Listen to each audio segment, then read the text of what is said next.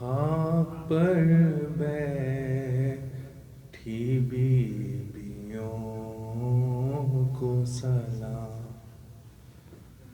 خاک پر بیٹھی بیویوں کو سلام۔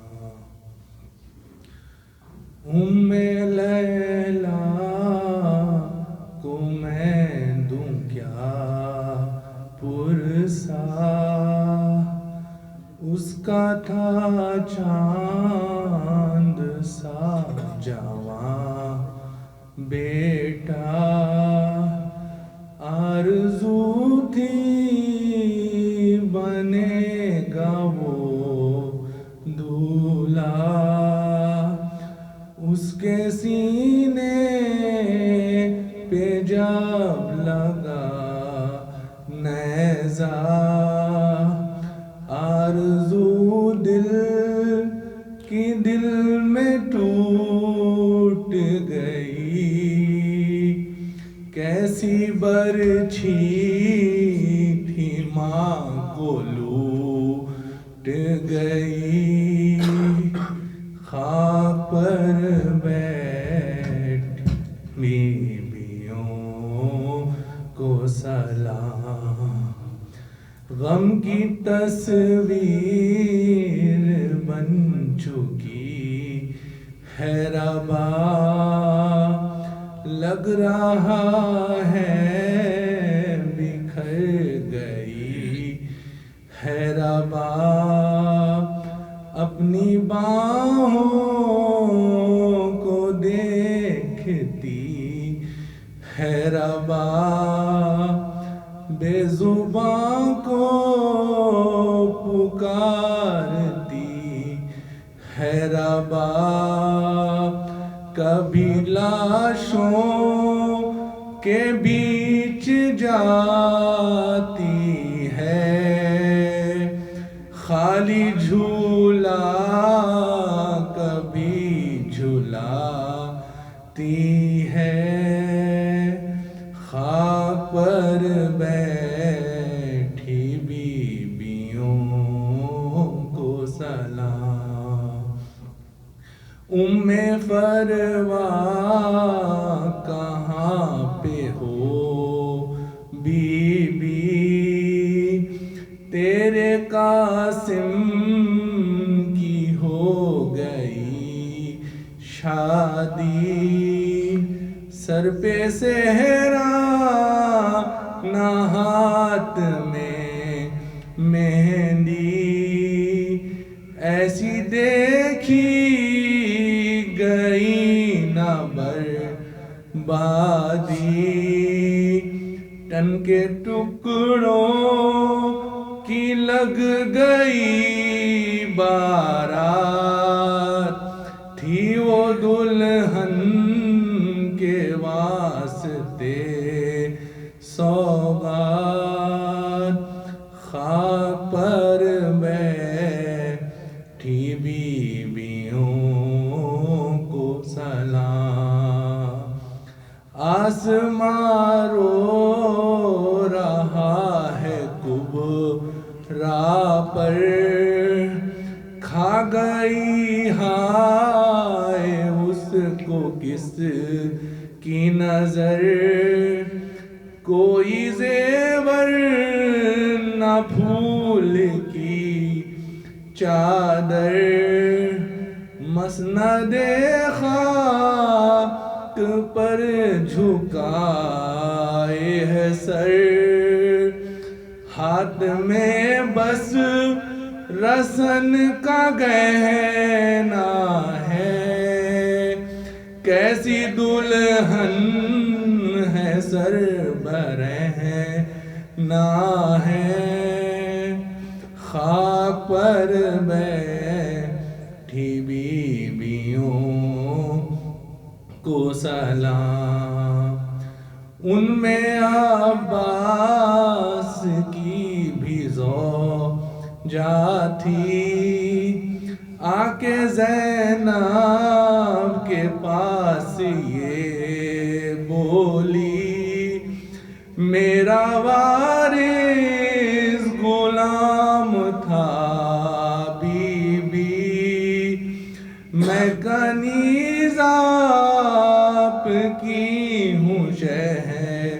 زادی ایک چادر میں مانگ لاؤں گی، بی بی میں آپ کو اڑھاؤں گی، خاک پر بیٹھی بیویوں کو سلام، تھی اسی خاک پر سکینہ بھی، ڈھونڈنے سے بھی اب نہیں ملتی، پاک خوشبو لاش بے سر کی، سوئے مقتل نکل گئی بچی، تیروں کے بیچ ایک جگہ پا کر، سینہ شہ پہ سو گئی دختر، خاک پر بیٹھی بیویوں کو سلام، اٹھیے اب خاک سے میری زینب، امتحان کی یہ گھڑی زینب، ذمہ داری ہے آپ کی زینب، آنے والے ہیں اب علی زینب، بھائی کے پاس لے کے جانا ہے، پھر اسی خاک پر بٹھانا ہے، خاک پر بیٹھی بیویوں کو سلام، حال اب اس کا ہو بیان انور، جس پہ پڑتی نہ تھی کسی کی نظر، وہ بھی بیٹھی تھی خاک مقتل پر، تھی وہ زہرا حسین کی مادر، صرف آواز اس کی آتی تھی، اپنے بچوں کو خواب اڑاتی تھی۔ بآواز بلند سلوات، اللہم صلی علی محمد و آل محمد، اللہم صلی علی محمد و آل محمد۔ اے شام کے لوگو میں بنت علی ہوں، اے شام کے لوگو میں بنت علی ہوں، میں وارث تطہیر ہوں، میں وارث تطہیر ہوں، نام سے نبی ہوں، اے شام کے لوگو میں بنت علی ہوں، بازار سے دربار میں لے آئے ہو مجھ کو، چاہوں تو جلا سکتی ہوں خطبوں سے میں تم کو، صابر کی بہن ہوں جو میں، صابر کی بہن ہوں جو میں، خاموش کھڑی ہوں، اے اے شام کے لوگو میں بنت علی ہوں، افسوس کنیسی میں اسے مانگ رہے ہو، تم جس کے غلاموں کی غلامی میں رہے ہو، یہ ظلم نہ ہوگا کبھی، یہ ظلم نہ ہوگا کبھی، میں زندہ ابھی ہوں، اے شام کے لوگو میں بنت علی ہوں، زندہ تھا تو ڈر ڈر کے ہمیں شاہی لڑے ہو، اب سر ہے تو ہونٹوں پہ چھڑی مار رہے ہو، تم کتنے بہادر ہو، تم کتنے بہادر ہو، میں یہ دیکھ رہی ہوں، اے شام کے لوگو میں بنت علی ہوں، تم اپنے پیمبر کو اگر دیکھنا چاہو، نیزے پہ جو یہ سر ہے اسے غور سے دیکھو،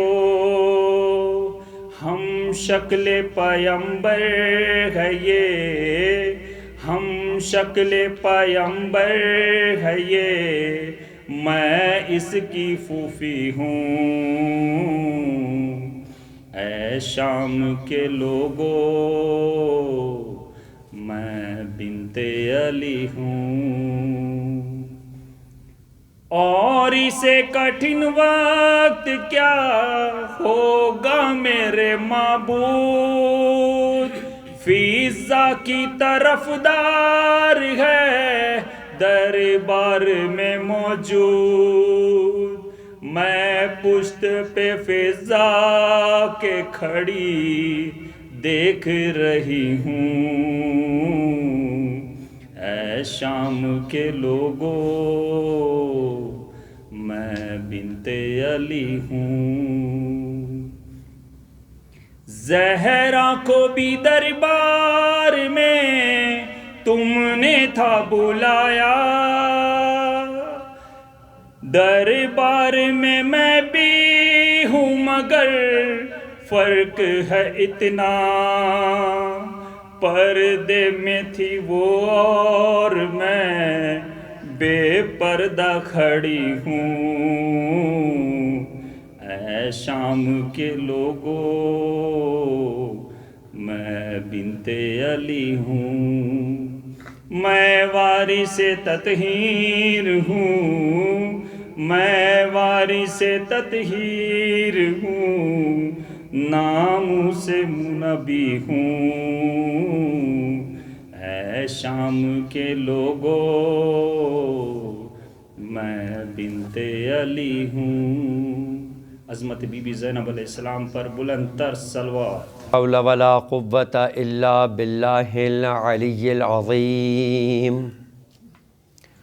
رب اشرح لی صدری ویسر لی امری واحلل عقدۃ من لسانی یفقہوا قولی، اعوذ باللہ من الشیطان اللعین الرجیم، بسم اللہ الرحمن الرحیم، الحمد للہ رب العالمین، وہو احسن الخالقین،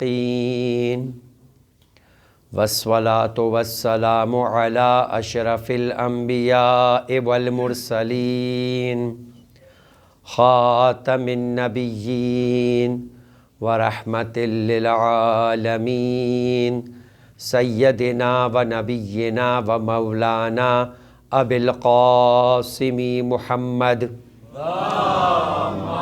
صلی اللہ وعلى آلہ الطیبین الطاہرین المعصومین المظلومین المنتجبین المنتخبین المیامین لا سیما علی بقیت اللہ فی الارضین اللہم عجل لہم فرج انہم یرونہ بعیدا ونراہ قریبا ولعنت اللہ علی اعدائہم وغاصب حقوقہم اجمعین من الآن الى قیام یوم الدین اما بعد فقد قال اللہ تبارک و تعالی فی کتابہ الکریم وفرقانہ الحمید وقولہ الحق واصدق الصادقین بسم اللہ الرحمن الرحیم ان اللہ اشتری من المؤمنین انفسہم واموالہم بان لہم الجنہ یقاتلون فی سبیل اللہ فیقتلون ویقتلون وعدا علیہ حقا فی التوراۃ والانجیل والقرآن ومن اوفی بعہدہ من اللہ فاستبشروا ببیعکم الذی بایعتم بہ ذالک هو الفوز العظیم۔ درود پڑھیں محمد علیہ صلی علی محمد عزیزان محترم، ابتدائی مجلس میں آج جس مسئلہ شرعی کو آپ کی خدمت میں پیش کرنا ہے، اس کا تعلق عبادات کے بجائے آج معاملات کے ساتھ ہے۔ احکام فقہی کو کہ جس کے تقریباً 52 ابواب ڈسکس کیے جاتے ہیں، یعنی فقہ کے اندر 52 چیپٹرز ہیں، نماز سے لے کے دیات تک، کہ جو مختلف عنوانات رکھتے ہیں ہماری زندگی کے، جیسے کہ یقیناً آپ لوگوں کے علم میں ہوگا کہ ہمارے اور آپ کے مولا و آقا سید الساجدین زین العابدین علی ابن حسین علیہ الصلوۃ والسلام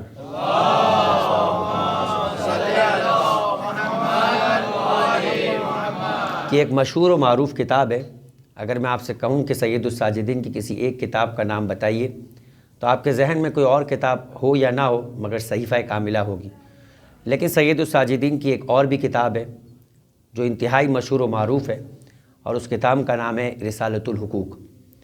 رسالۃ الحقوق وہ ہے کہ جس میں ایک انسان جب دنیا میں پیدا ہو کر آتا ہے تو اس کے پیدا ہونے سے لے کر اس کے مرنے تک جو جو حق اس کی گردن پر خدا کی جانب سے فرض کیا جاتا ہے، ان حقوق کی تعداد 50 ہے، اور امام نے ان 50 کے 50 حقوق کے نام بیان کیے اور ان حقوق کی تفصیلات بیان کی۔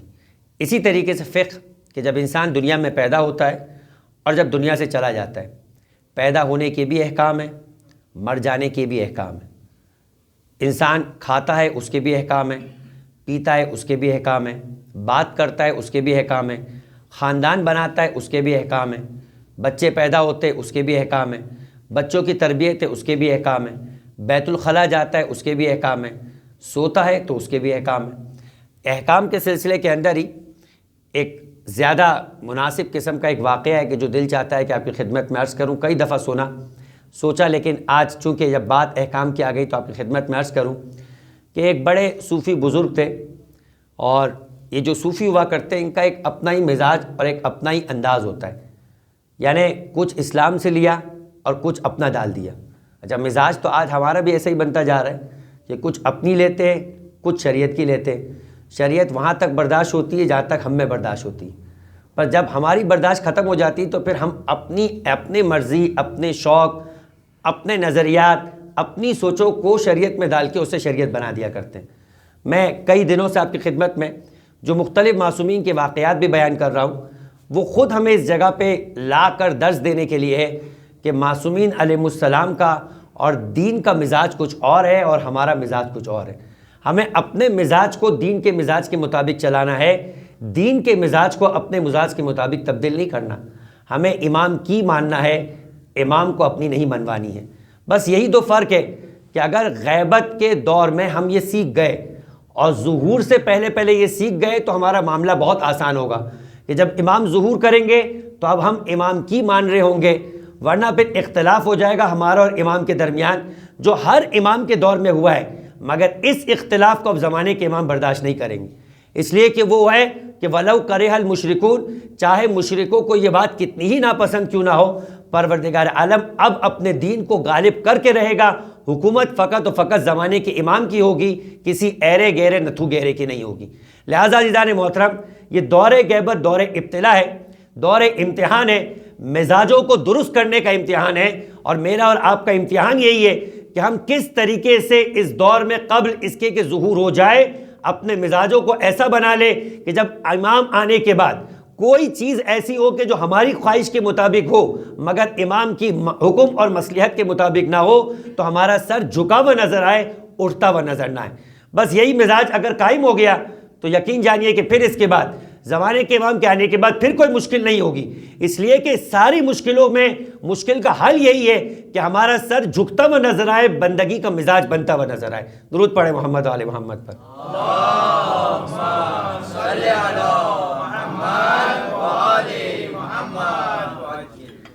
بس اسی بات کے لیے جو ایک واقعہ نظر آتا ہے کہ مزاج کچھ اور ہے اور شریعت کچھ اور ہے، تو جنید بغدادی ایک بڑا مشہور نام نظر آتا ہے، اور چھٹے ساتویں امام کے دور کا یہ شخص تھا۔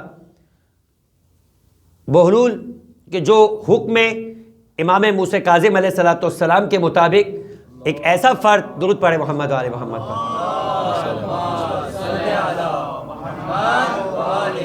ایک ایسا فرد عزیزان محترم، یہ کتنی بڑی قربانی تھی۔ میں نے وہی آپ سے کہا کہ امام کی ماننا اور ہے اور امام کو اپنی منوانا اور ہے۔ بہلول ایک ایسا شخص تھا جو فرسٹ کزن تھا ہارون رشید کا۔ ہارون رشید چاہتا تھا کہ ایسی حکومت، آج کی حکومت کی طرح نہیں، یہ کانگو کی حکومت کی بات نہیں ہو رہی، یا پاکستان یا انڈیا کی حکومت کی بات نہیں ہو رہی، وہ 3 کانٹیننٹ کے اوپر حکمران تھا۔ ایک کانٹیننٹ کی پوری افریقہ کی حکومت کی بات بھی نہیں ہو رہی، 3 کانٹیننٹ، ایشیا پر بھی اس کی حکومت تھی، افریقہ پر بھی اس کی حکومت تھی، یورپ تک اس کی حکومت تھی، اور یہ کہتا تھا بڑے فخر کے ساتھ کہ پرندے اڑنا شروع کر، تیری طاقت پرواز ختم ہو جائے گی، میری ملک کی سرحدیں ختم نہیں ہوگی۔ یہی وجہ ہے کہ ایک مرتبہ اس نے امام موسیٰ کاظم علیہ السلام، درود پڑھے محمد والے،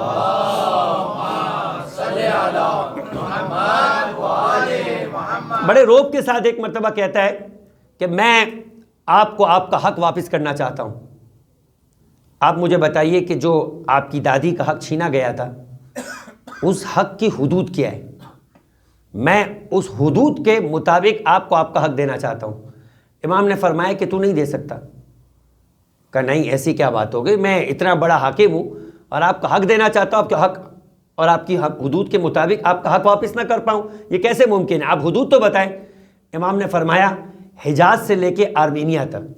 کا کیا مطلب، اتنا بڑا، یعنی میں نے تو سنا تھا کہ وہ فدق تھا جو مدینے کی ایک جاگیر تھی، اور آپ کہتے ہیں کہ حجاز سے لے کے آرمینیا تک۔ فرمایا کہ وہ حدود فدق کی جو حدود اربعہ تھی وہ وہی تھی کہ جس کی بنا پر کل کی کوئی حکومت چلنا تھی، اگر وہ ہوتی تو علی کے ہاتھ میں حکومت ہوتی، وہ چھین اس لیے لیا گیا تاکہ علی کے ہاتھ میں حکومت نہ رہے، تو بس اس کا جو نتیجہ اور ثمر ہے وہ حجاز سے لے کے آرمینیا تک ہے۔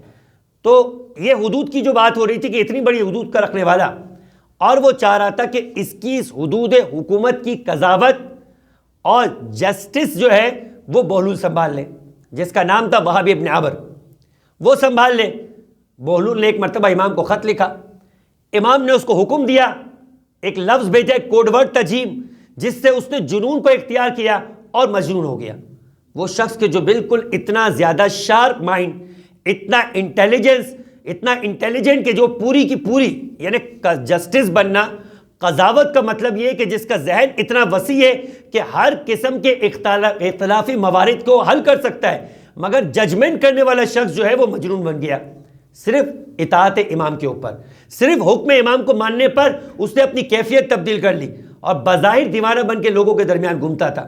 جنید بغدادی ایک دن مرشد تھا، پیر تھا، اپنے مرشدوں کو کہنے لگا کہ آج میں تمہیں لے کر چلتا ہوں بہلول کی طرف، اور یہ چاہتا ہوں کہ ہم بہلول سے کچھ سیکھیں۔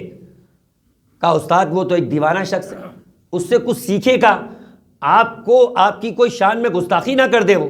کہا نہیں، جو میں جانتا ہوں وہ تم نہیں جانتے۔ کہا اچھا ٹھیک ہے، چلتے جب آپ کہہ رہے تو۔ پہنچے بہلول کے پاس، بہلول ایک جگہ لیٹا ہوا تھا، اس کے سامنے آنے کی وجہ سے سورج کی روشنی بہلول تک پہنچنے میں رکاوٹ آ گئی. کہا کون؟ کہ جو میرے اور سورج کی روشنی کے درمیان رکاوٹ بن چکا ہے. کہا میں جنید بغدادی.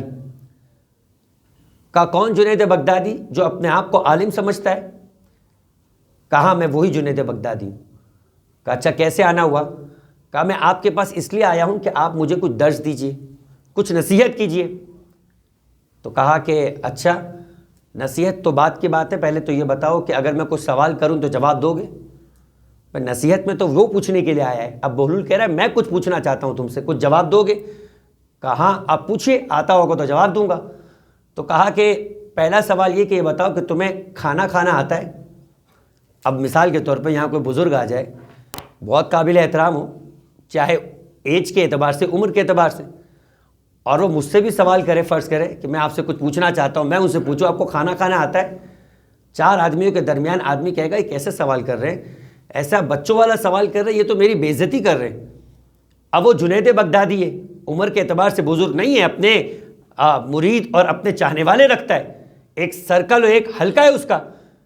استاد ایک مرتبہ جیسے ہی سوال کیا، شاگردوں نے کہا ہم نے آپ سے کہا تھا یہ اسی طریقے سے آپ کی توہین و گستاخی کرے گا. اسے روک دیا، کہا مجھے کھانا کھانا آتا ہے. کہا اچھا آتا ہے تو بتاؤ کہ کیسے کھاتے؟ تو کہا کہ بسم اللہ الرحمن الرحیم پڑھ کے، چھوٹے چھوٹے لقمے بنا کر، اچھی طریقے سے چبا کر، پیٹ بھرنے سے پہلے اپنے کھانے کو روک دیتا ہوں. بظاہر کتنا اچھا جواب دیا.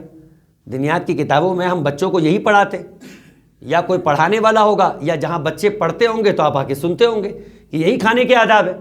تو بہلول نے ایک مرتبہ کہا کہ تمہیں تو کھانا کھانا بھی نہیں آتا، پہلے کھانا کھانا سیکھ کر آ جاؤ پھر مجھ سے بات کرنا. اور اٹھا اور چل پڑا. شاگردوں نے کہا ہم نے آپ سے کہا تھا. اس کے سوال سے بھی سمجھ میں آ رہا تھا کہ یہ آپ کو اہمیت ہی نہیں دیتا، اور اب آپ کے جواب کے اوپر جو اس نے اپنا جواب دیا اسے سمجھ میں آتا ہے کہ یہ بالکل بھی آپ کی عزت نہیں کرتا. ہم آپ سے کہہ رہے تھے کہ دیوانہ ہے، دیوانے کے سامنے جا کر بات کرنا اپنی عزت گوانا ہوتی. کہا کہ جو میں جانتا وہ تم نہیں جانتے. چلو اس کو تلاش کرتے کہاں نکلا. ڈھونڈتے ڈھونڈتے گئے تو کسی خانقاہ کے اندر، کسی کھنڈرات کے اندر بیٹھا ہوا تھا. پھر پہنچے ایک مرتبہ اس کے پاس. کہا کون؟ کا جنید بغدادی. اب بہلول بھی ایک عجیب انداز رکھتا تھا. کہا وہی جس کو کھانا کھانا نہیں آتا. تو ایک مرتبہ کہا ہاں وہی. کہا اچھا آپ کیوں آئے ہو؟ کہا میں چاہتا ہوں کہ آپ نصیحت کرو. کہا پھر میرا دوسرا سوال ہے، پہلے اس کا جواب دو. کہا کیا ہے؟ کہا یہ بتاؤ کہ تم کو بات کرنا آتی ہے؟ اب یہ پہلے سے بھی زیادہ عجیب سوال.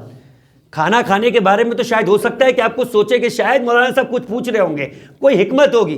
کہا بات کرنا آتی ہے تم کو؟ کہاں بات کرنا آتی. کہا کیسے بات کرتے؟ کہا میں اللہ اور رسول کی بات کرتا ہوں، جتنا لوگ سمجھتے ہیں اتنی بات کرتا ہوں. کلم الناس بقدر عقولہم، ہر فرد سے اس کے عقل و معرفت کے مطابق بات ہوتی ہے. ہر بات ہر مجمع میں ہر فرد کے ساتھ کی بھی نہیں جا سکتی. لہٰذا خود ائمہ فرماتے کہ ہمارے رازوں کو ہر ایک کے سامنے بیان مت کیا کرو. ہمارے راز ہر ایک کی ظرف اور برداشت کے مطابق نہیں ہوا کرتے. لہٰذا ہر راز ہر ایک سے بات نہیں کی جاتی بات، بلکہ خود پیغمبر فرما رہے سلمان سے کہ جو تم جانتے ہو ابو ذر سے بھی ڈسکس مت کیا کرو. ابو ذر کے اندر بھی اتنا تحمل اور برداشت نہیں ہے کہ تمہاری ہر بات برداشت کر سکے. ابو ذر کا مرتبہ اور ہے، سلمان کا مرتبہ اور ہے. تو لہٰذا ایک مرتبہ کہنے لگا میں لوگوں کے ظرف کو دیکھ کر، عقلوں کو دیکھ کر اللہ اور رسول کی بات کرتا ہوں، اور اتنی دیر تک کرتا ہوں کہ جتنی دیر تک وہ تھکے نہیں. بہلول نے کہا تمہیں تو بات کرنا بھی نہیں آتی، تمہیں تو بات کرنا بھی نہیں آتی. لہٰذا ایک مرتبہ پھر اٹھے اور پھر اس کے بعد بہلول چلے گئے. اب شاگردوں کی بس میں نہیں. وہ جو شاگرد جو بظاہر ابھی استاد کے مرتبے تک تو نہیں پہنچے، بس ان کا کام خوشامد کرنا ہوتا ہے، استاد استاد کرنا ہوتا ہے، ان سے برداشت نہیں ہو رہا. کام آپ سے کہہ رہے ہیں کہ یہ شخص مزید آپ کی بے عزتی کرے گا، آپ اسے چھوڑ دیجئے. کہا کہ نہیں، جو میں جانتا ہوں وہ تم نہیں جانتے. بہرحال جنید جانتا تھا کہ یہ بہلول ہے، بن گیا ہے دیوانہ مگر ہے نہیں دیوانہ. لہٰذا ایک مرتبہ پھر ڈھونڈتے ڈھونڈتے ایک مرتبہ نظر آئے، اور اب بہلول نے پوچھا کون؟ کہا میں جنید بغدادی. کہا وہ جس کو نہ کھانا کھانا آتا ہے نہ بات کرنا آتی. کہا وہی جنید بغدادی. کہا آپ کیوں آئے ہو؟ کہا میں چاہتا ہوں کہ آپ کچھ نصیحت کریں. کہا کہ اچھا ایک سوال کروں جواب دو گے؟ بولا ہاں. تمہیں سونا آتا ہے؟ وہ سونا نہیں کہ جس کی تلاش کی جاتی ہے مائننگز میں، یعنی جو رات کو انسان تھک کر سو جاتا ہے. کہا سونا آتا ہے؟ اب یہ اور عجیب سوال ہے، جس کو کچھ نہیں آتا ہے اس کو سونا آتا ہے، لیکن سوال کر رہے جنید بغدادی سے کہ تم کو سونا آتا ہے. کہا مجھے سونا آتا ہے. کہا کیا کرتے ہو؟ کہا رات کو باوضو ہو کر دائیں کروٹ سو جایا کرتا ہوں اور سوتے سوتے وہ دعائیں جو پیغمبر نے ہمیں سکھائی ہے پڑھنے سے سونے سے پہلے انہیں پڑھتا ہوں، سو جاتا ہوں۔ تو فرمایا کہ تمہیں تو سونا بھی نہیں آتا۔ اب جب بہلول کھڑے ہونے گئے تو ایک مرتبہ پکڑ لیا جنید بغدادی نے، کہا اب نہیں جانے دوں گا۔ کہا کیوں؟ تمہیں تو میرے سوالات کے جوابات نہیں آتے۔ کہا میں اعتراف کرتا ہوں کہ مجھے نہیں آتا، اب مجھے بتاؤ انہی 3 سوالات کے جوابات کے اس کے جوابات کیا ہے؟ بہلول نے کہا ہاں اب میں تمہیں بتا سکتا ہوں، جب بھی میں نے تم سے سوال کیا تم نے کہا مجھے آتا ہے، جسے آتا ہے اس کو کیا سکھایا جائے؟ بھائی جو جہل مرکب کا شکار ہوتا ہے، کہا نہ جاننا بولنا آدھا علم ہوا کرتا ہے، کہ جب تم بولتے ہو مجھے نہیں آتا تو کم سے کم اتنا جانتے ہو کہ تمہیں سکھایا جائے، مگر تم بولتے ہو مجھے آتا ہے تو بھرے ہوئے گلاس کو کوئی بھی نہیں بھر سکتا۔ درود پڑھے محمد علی محمد پر۔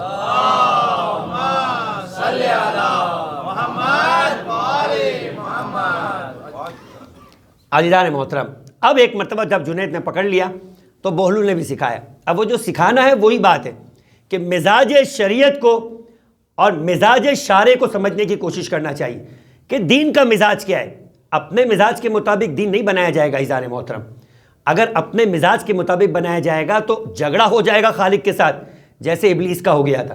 6000 سال عبادت کے بعد بھی وہ عبادت کسی اور چیز کو سمجھ رہا تھا، خالق کے حکم پر سر کو جھکانے کو عبادت نہیں سمجھ رہا تھا، صرف سر کے جھکانے کو عبادت سمجھ رہا تھا۔ لہٰذا آج خالق نے امتحان لیا کہ اب تک قبلہ مجھے سمجھ کے سجدہ کر رہے تھے، آج میں قبلے کی تبدیلی کا حکم دے دوں تو اب کیا ہوگا؟ یہ قبلے کی تبدیلی کا حکم پیغمبر کے دور میں بھی آیا تھا، وہاں بھی اسی بات کا امتحان تھا، ابلیس کے سامنے بھی اسی بات کا امتحان تھا۔ ابلیس کے سامنے کہا کرو اب آدم کو سجدہ، کہا نہیں پروردگار تو کہے گا تجھے سجدہ کرو، میں تجھے سجدہ کرنے کو تیار ہوں، زمین کا چپا چپا تیرے سجدے سے بھر دوں گا۔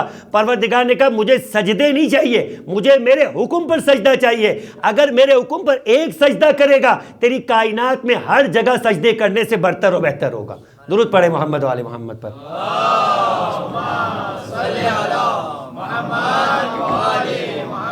لہٰذا میں نے کئی مرتبہ اس بات کا اعلان کیا اور میں آج پھر کہتا ہوں اس بات کو، درود پڑھے محمد و آل محمد پر۔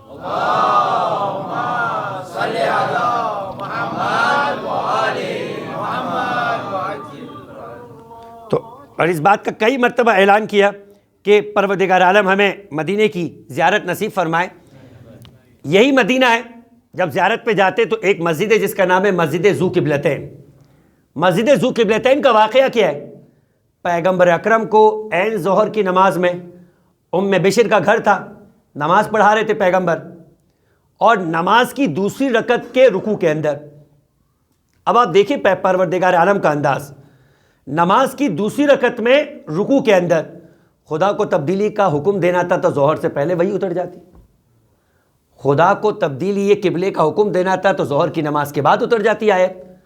بھئی کیا فرق پڑتا کہ ایک رکعت اور رکوع تک بات پہنچی تھی تو مزید 2 رکعتیں ہو جاتی، اور اگر تھوڑی دیر پہلے خدا نعوذ باللہ خدا ہماری طرح تو نہیں کہ بھول گیا کہ تھوڑی دیر بعد یاد آیا تو جبرائیل کو بھیج دیا یا جبرائیل کے آنے میں تاخیر ہو گئی، لیکن خدا یہی تعبد دیکھنا چاہتا ہے، یہی بندگی دیکھنا چاہتا ہے کہ اے نماز کی کیفیت کے اندر رکوع میں حکم ہوا کہ اے نبی ہم اس بات کو محسوس کرتے تھے کہ تم چاہتے تھے کہ قبلہ تبدیل ہو جائے، فَلَنُوَلِّيَنَّكَ شَطْرَ الْمَسْجِدِ الْحَرَامِ، بس ہم نے اب تمہیں حکم دے دیا اے نماز میں اپنے قبلے کو تبدیل کر دو۔ وہ جو مشرق کی جانب قبلہ تھا جس میں پیغمبر آگے تھے مسلمان پیچھے تھے، پیغمبر پلٹ گئے، اب پیغمبر پیچھے نظر آ رہے مسلمان آگے نظر آ رہے، کسی نبی اور امام کے آگے انسان کی نماز پڑھی تو کیا باطل ہو جایا کرتی ہے۔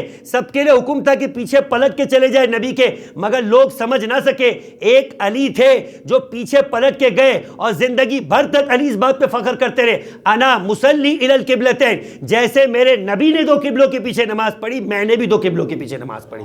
درود پڑھے محمد و آل محمد پر۔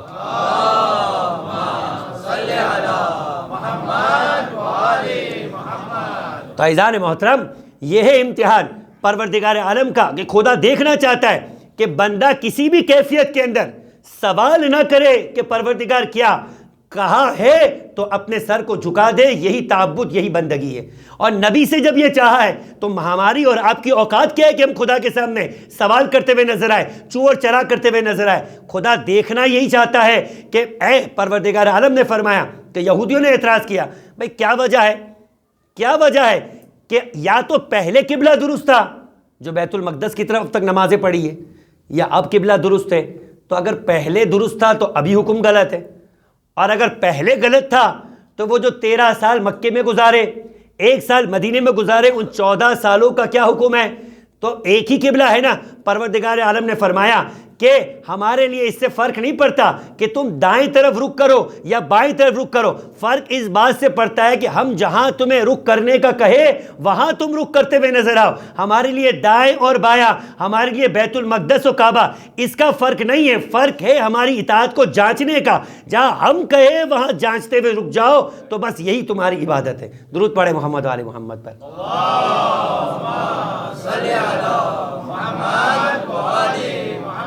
بس عزیزان محترم، تو ایک مرتبہ جب بہلول نے یہ کہا، اور جنید بغدادی نے ایک مرتبہ بہلول کو پکڑ لیا اور کہا کہ اب بتاؤ کہ کیا ہے وہ راز کے جو کھانے میں، باتوں میں اور سونے میں ہے۔ فرمایا میں نے پہلا سوال تم سے کیا تھا کہ تمہیں کھانا کھانا آتا ہے، اب بہت غور سے سنیے گا، تو تم نے کیا کہا تھا کہ بسم اللہ الرحمن الرحیم پڑھ کر چھوٹے چھوٹے لقمے بنا کر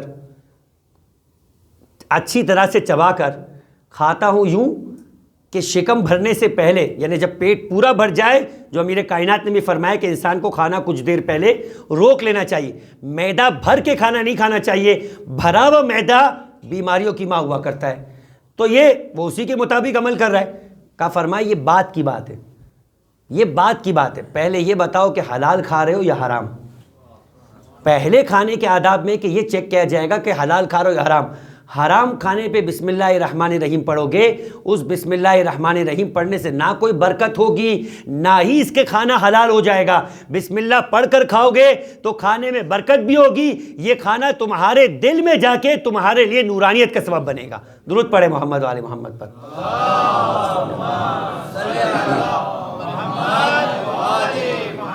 ہم سمجھتے خدا نہ خواستہ انسان کوئی حرام کام کر رہا ہو، حدیث قصہ کے ذریعے سے اس کا افتتاح ہو جائے، ھذا من فضل ربی، لکھا ہوا ہو سود کی دکان ہو، حرام گوشت کی دکان ہو، حرام کام کیا جا رہا ہو، تو یہ ھذا من فضل ربی سے خدا نے کبھی بھی نعوذ باللہ حرام کام میں برکت کا کوئی ادارہ نہیں کھول رکھا۔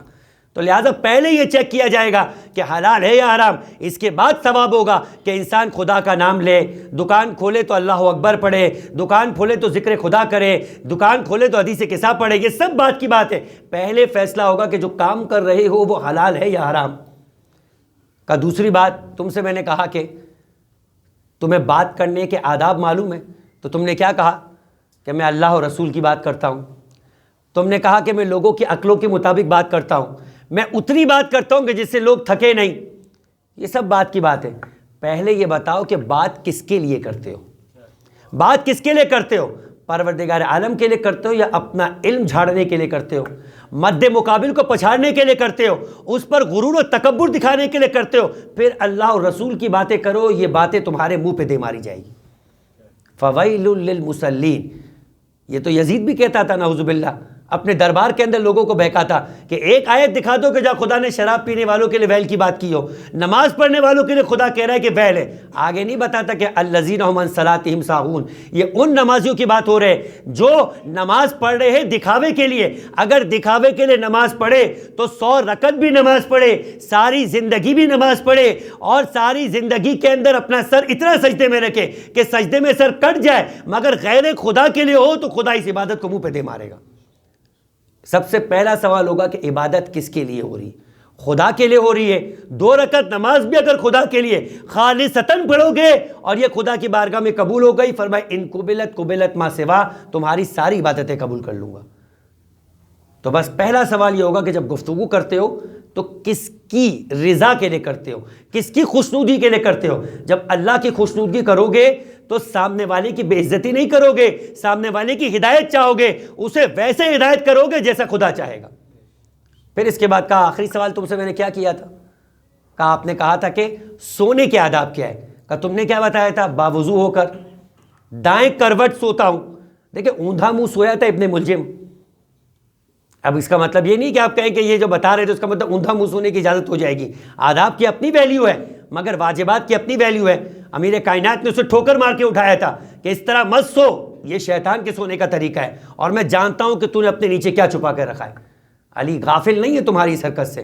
بس عزیزان محترم کہنے لگا کہ میں باوضو ہو کر دائیں کروٹ اور وہ دعائیں اور اوراد کہ جو پیغمبر نے سکھائی اسے پڑھ کر سوتا ہوں. اب جملہ غور سے سنیے گا. میں نے اپنی دوسری یا تیسری گفتگو میں کہا تھا اور آپ کے ذہن مبارکہ اگر وہاں تک محفوظ ہو کہ کہا تھا کہ اگر مومن کعبے کے پردے کو لپٹ کے بھی دعا کرے تو خدا اس کی دعا قبول نہیں کرے گا. کب؟ جب اس کے دل کے اندر کسی مومن کے لیے حسد بغض اور کینہ ہوگا. تو اب بہلول نے فرمایا سب باتیں بات کی بات، تم باوضو ہو یا نہ ہو، دائیں کروٹ سوتے ہو یا نہ سوتے ہو، دعائیں یاد کی ہوئی ہے یا نہیں کی ہوئی ہے. کہا کوئی بھی مومن اگر کسی مومن سے حقد یعنی کینہ اور بغض رکھ کر سوئے گا تو باوضو ہو کر بھی سوئے گا، ساری رات خدا کے فرشتے اس پہ لعنت کرتے رہیں گے. درود پڑھے محمد آل محمد پر.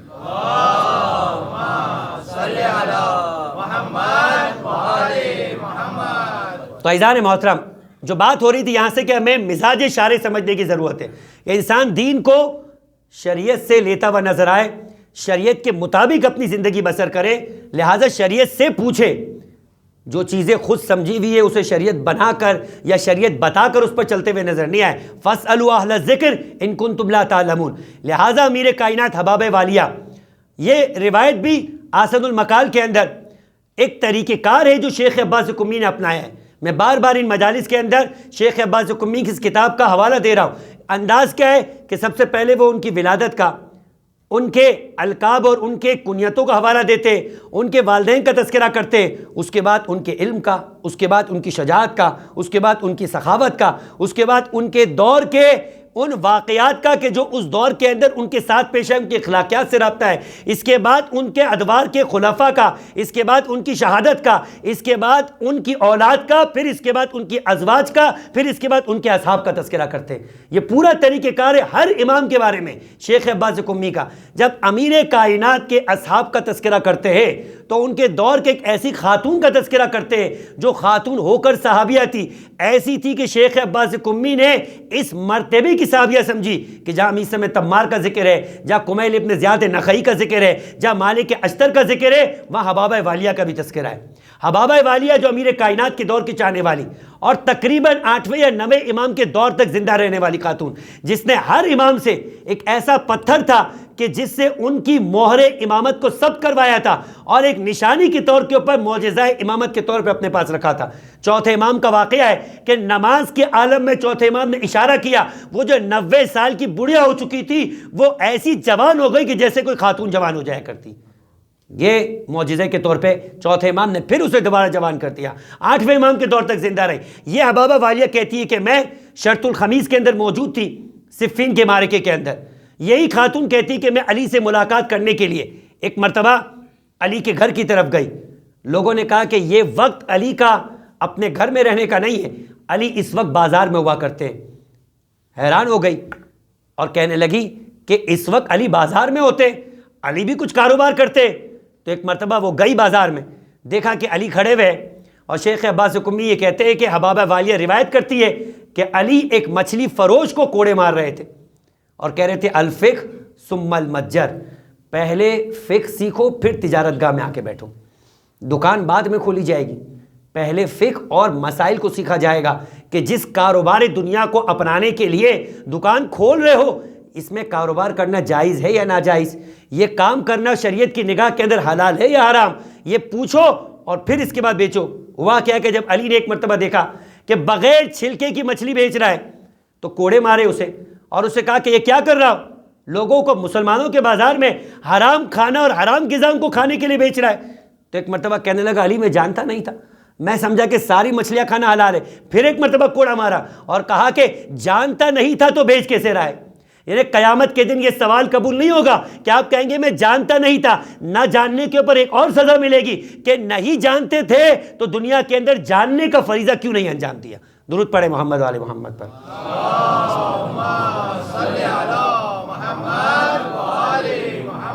اور جب راستے کے اندر کوئی سارجنٹ کھڑے ہو کر چالان بناتا ہے تو یہ بات سمجھ میں آ جاتی ہے، لیکن جب خدا چالان بنائے گا تو پھر انسان کہے گا یہ پروردگار نعوذ باللہ کیسا ظالم ہے. نہ جاننے کے اوپر کچھ تو پریولیج، کچھ تو چھوٹ ہونی چاہیے. جب دنیا میں چھوٹ نہیں ہے، سڑک پہ گزرتے ہوئے نظر آتا ہے تو خدا کے قانون کے اندر بھی چھٹے 5ویں امام امام محمد باقر علیہ افضل الصلاۃ والسلام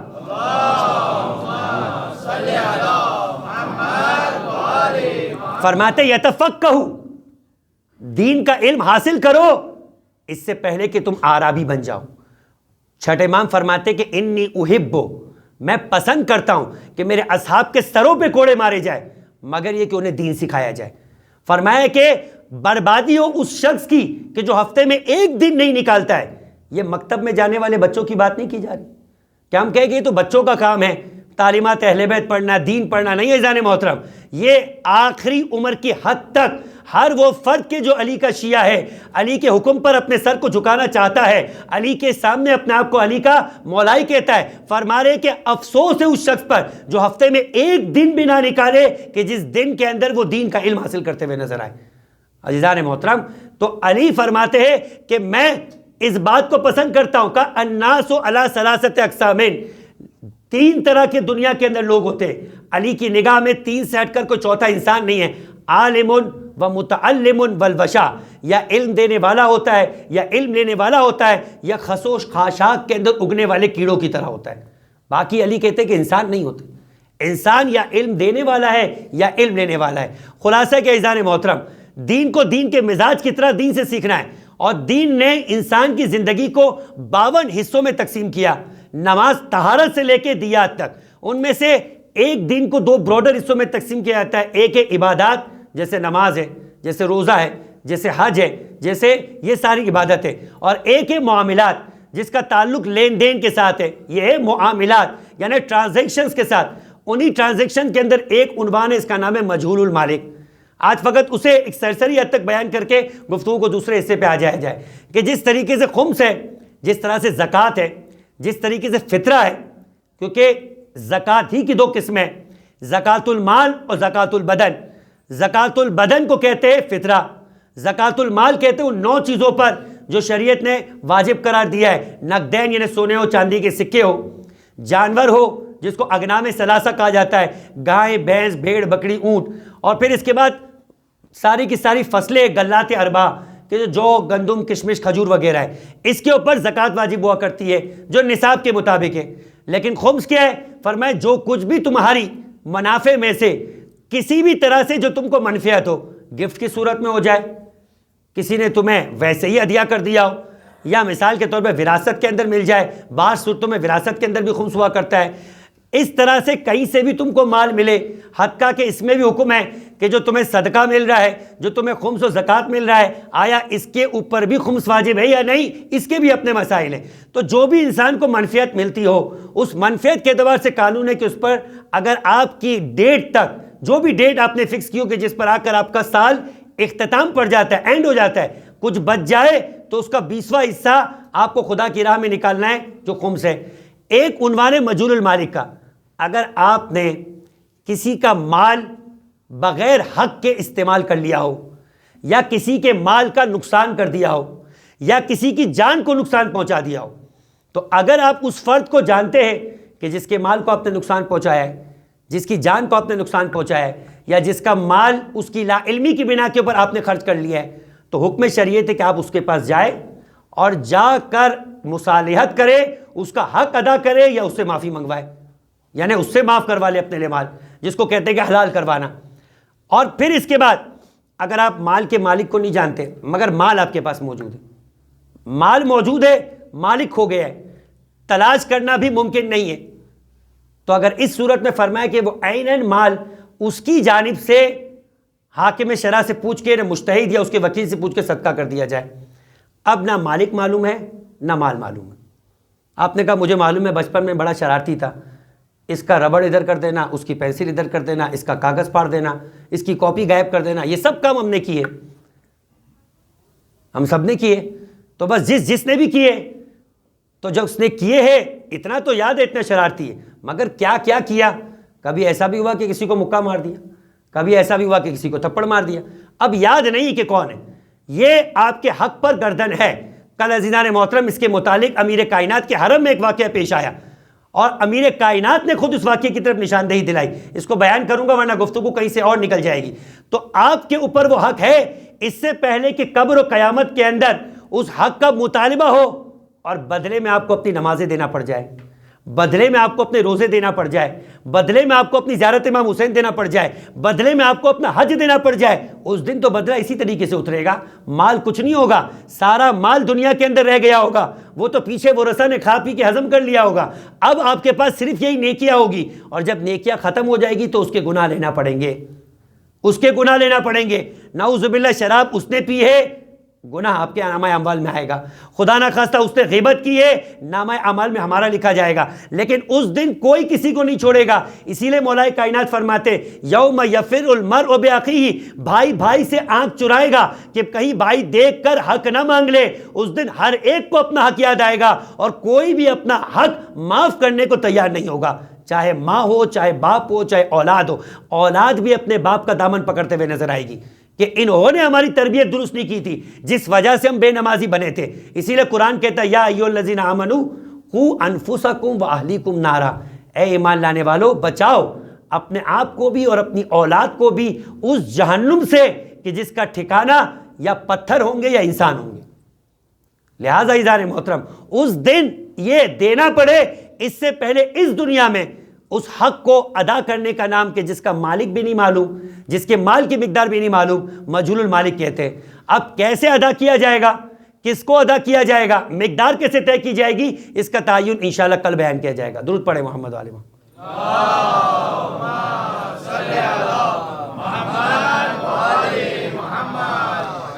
عزیزان محترم، گفتگو کہ جو ہماری اس آیت کی ذیل کے اندر ہو رہی تھی کہ ان اللہ اشتری من المؤمنین انفسهم واموالهم بان لهم الجنہ، کہ پروردگار عالم نے انسانوں سے ان کی جانوں اور مالوں کو خرید لیا اور اس کے بدلے میں ان کے لیے جنت قرار دی. پس وہ خدا کی راہ میں قتال کرتے ہیں، جہاد کرتے ہیں، یا قتل کرتے ہیں یا قتل ہو جاتے ہیں.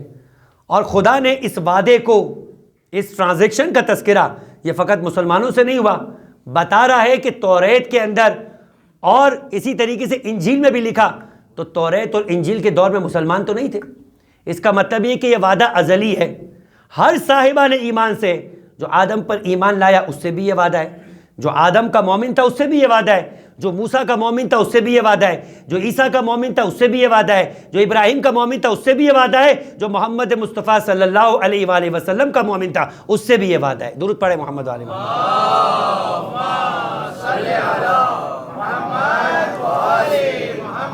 ہر زمانے کا مومن، پروردگار کہتا ہے میں نے ہر زمانے کے مومن سے یہی وعدہ کیا ہے کہ تم اپنی جان و مال کو مجھے دے دو، مجھ سے اس کے بدلے میں جنت لے لو. وعدن علیہ حقا فی التوراۃ والانجیل والقرآن ومن اوفی بعہدہ من اللہ. دیکھو دنیا کے اندر جو وعدہ کرنے والا ہے نا، وہ کبھی کمزور ہو سکتا ہے. ممکن ہے کہ وعدہ کرتے وقت طاقتور تھا، جب پورا کرنے کا وقت آیا تو کمزور ہو گیا ہو. جھوٹ بھی بول سکتا ہے کہ طاقت میں نہ ہی ہو اور پھر بھی وعدہ کر رہا ہو. بھول بھی سکتا ہے، مکر بھی سکتا ہے. لیکن نعوذ باللہ خدا نہ مکرتا ہے، نہ جھوٹ بولتا ہے، نہ طاقت میں کوئی کمی ہوتی ہے، اور نہ ہی پروردگار عالم کبھی ایسا ہوتا ہے کہ ابتدا میں طاقت نہیں ہو اور بعد میں طاقت ختم ہو جائے. خدا قیامت تک فرماتا ہے کہ اگر پوری کائنات مل کر میری مخالفت پہ اتر آئے تو مچھر کے پر کی مقدار کے برابر بھی میری ذات میں کسی طرح کی کمی نہیں ہوگی. اور اگر پوری کی پوری کائنات مل کر میری اطاعت کر لے تو میں جزا دینے پر آؤں تو مچھر کی پر کی مقدار بھی برابر بھی میرے خزانے میں کوئی کمی نہیں ہوگی. یعنی وہ سب کچھ دے تب بھی اس کے خزانے میں کوئی کمی نہیں ہوگی. عزیز محترم وہ اتنا قادر مطلق ذات ہے.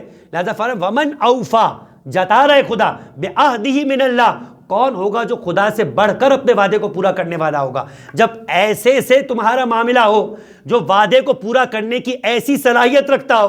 بھائی آپ دنیا کے اندر جب انشورنس کرانے کے لیے بھی جاتے ہیں تو ڈھونڈ رہے ہوتے ہیں کہ کون سی انشورنس کمپنی ایسی ہے کہ جس کا اعتبار، جس کی ریلائبلٹی، جس کی انڈیکسنگ کتنی زیادہ بہتر ہے اور پلٹ کر کتنا بڑا منافع دے گا. اور اس کی ہسٹری چیک کرو کہ کہیں ایسا تو نہیں کہ یہ کمپنی کبھی ڈاماڈول ہوتے ہوئے نظر آ رہی ہے. انشورنس کے اوپر بھی ایک انشورنس کمپنی ہوا کرتی ہے. یہ سب کچھ دیکھنے کے بعد دیتے.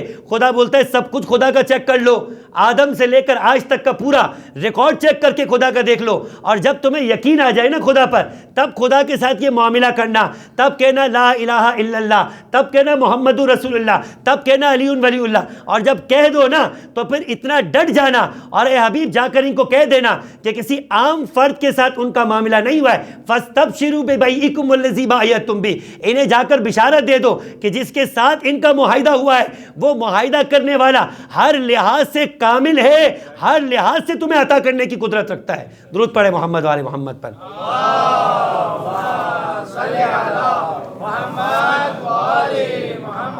ذالک هو الفوز العظیم۔ اور اب خدا کہتا ہے کہ تم جب یہ معاملہ کرنے پر آ جاؤ تو ہم تمہیں بتاتے کہ تم فوز عظیم کے اوپر فائز ہو گئے ہو، اس سے بڑھ کر کوئی کامیابی نہیں ہے۔ پس عزیزان محترم، اب جب بات یہ ہو رہی تھی تو میں نے آپ کے سامنے امیر کائنات کی وہ روایت پیش کی کہ پروردگار عالم انسان کی جان و مال کو خرید چکا ہے۔ اس کا مطلب کیا ہے؟ مطلب یہ ہے کہ انسان خدا کا غلام بن چکا ہے۔ غلام آپ سمجھتے کسے کہتے ہیں؟ ایک حکایت نقل کی جاتی ہے کہ ایک شخص تھا جو غلام خریدنے کے لیے بازار گیا۔ جب بازار میں گیا، اچھا غلام بچوں کو سمجھا دیا جائے کہ جس طریقے سے آپ، مجھے نہیں معلوم ہے یہاں پہ کیا طریقہ کار ہے، مگر سب کہیں نہ کہیں پیچھے پاکستان یا انڈیا سے تعلق رکھتے ہیں، انڈو پاک سے تعلق رکھنے والے جانتے ہوں گے کہ وہاں پر بقرعید کیسے منائی جاتی۔ جانور خریدنے کے لیے چاہے کوئی کھیتی باڑی کرنے والا نہ بھی ہو، مگر عید کے موقع پر یادگار ابراہیمی کے طور پر مستحب ہے کہ انسان حج پر تو واجب ہے، اور باقی تمام لوگوں کے لیے، مسلمانوں کے لیے ایسا تاکیدی مستحب ہے کہ جناب ام سلمہ پیغمبر سے ابھی ان کی شادی نہیں ہوئی تھی۔ ام سلمہ پیغمبر اکرم کی وہ زوجہ ہے کہ جو جناب خدیجہ کے بعد سب سے زیادہ نیکوکار اور قابل احترام ام المومنین ہے۔ حتیٰ یہ کہ جب آیہ تطہیر اتری اور کسا کے نیچے پیغمبر پنجتن پاک کے ساتھ موجود تھے تو اس وقت جناب ام سلمہ نے کہا کہ نبی کیا مجھے اجازت ہے کہ میں بھی داخل ہو جاؤں؟ کہ نہیں ام سلمہ، تم پنجتن پاک میں شامل نہیں ہو، انتی علی الخیر، جبکہ آپ حق پر ہو۔ پنجتن پاک اور ہے، ام المومنات اور ہے، خیر پر بھی ہو تو پنجتن پاک نہیں ہے۔ لہٰذا ایک مرتبہ جناب ام سلمہ، ابھی پیغمبر اکرم سے رشتہ ازدواج نہیں ہوا تھا، ام سلمہ کے شوہر جنگ بدر کے اندر مارے گئے تھے۔ پیغمبر اکرم سے پہلے بھی اپنا ایک زوج اور ایک شوہر رکھتی تھی۔ وہ آ کر پیغمبر سے سوال کرتی کہ میں بیوہ خاتون ہوں، میری عیال یعنی بچے بھی زیادہ ہے، کیا میرے لیے بھی خاتون ہو کر سوال کر رہی ہے؟ اس سے ایک اور بات سمجھ میں آ رہی، قربانی کا مسئلہ، قربانی کا مستحب ہونا مرد و عورت میں فرق نہیں رکھتا۔ گھر میں سربراہ کون ہے اور باقی گھر والے کون ہیں فرق نہیں رکھتا۔ لہٰذا نماز اپنی اپنی، قربانی بھی اپنی اپنی۔ البتہ ایک فرق ہے، نماز پڑھنے والا باقی لوگوں کی نیتوں کے لیے ملا کر نماز نہیں پڑھ سکتا، لیکن قربانی کے اندر خدا نے یہ اجازت ضرور دی ہے کہ قربانی میں حصے ہو سکتے ہیں۔ لہٰذا گھر میں مرد یہ ضرور کر سکتا ہے کہ میں اپنی قربانی میں حصے کرتا ہوں، ایک حصہ میرے بچے کی طرف سے، ایک حصہ میری زوجہ کی طرف سے، ایک حصہ میری والدہ کی طرف سے۔ آپ کو اجازت ہے، اور ہمارے یہاں اجازت اتنی وسیع ہے کہ مستحب قربانی میں اگر بکرا بھی ہو، اب بکرے سے کم نہیں چلے گی، مرغی کی قربانی نہیں چلے گی، لیکن بکرے سے بڑھ کر چلے گی، یعنی بکرا ہو سکتا ہے، دمبا ہو سکتا ہے، گائے ہو سکتا ہے، اونٹ ہو سکتا ہے۔ لہٰذا یہ قربانیاں جائز ہے۔ ہر قربانی میں چاہے وہ بکرے سے لے کر اونٹ تک ہو، آپ کو 70 حصوں تک بھی جانے کی اجازت ہے، لیکن خدا چاہتا ہے کہ قربانی میں اپنا حصہ ڈالو۔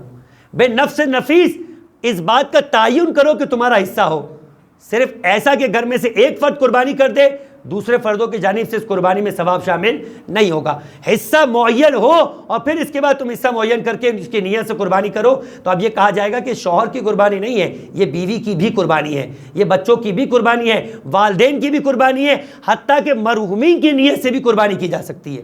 تو اب یہ قربانی ہے۔ ام سلمہ نے کہا کہ میں تو بیوہ خاتون ہوں، غریب بھی ہوں، تو کیا میرے لیے بھی قربانی کرنا مستحب ہے؟ روایت میں کہ پیغمبر نے فرمایا قربانی وہ مستحب عمل ہے کہ اگر ادھار لے کر بھی کرنا پڑے، یہ ادھار وہ ہے کہ خدا نے کہا ہے کہ میں اس قرضے کے اتارنے کا ضامن بنوں گا مگر اس قربانی کو انجام دو۔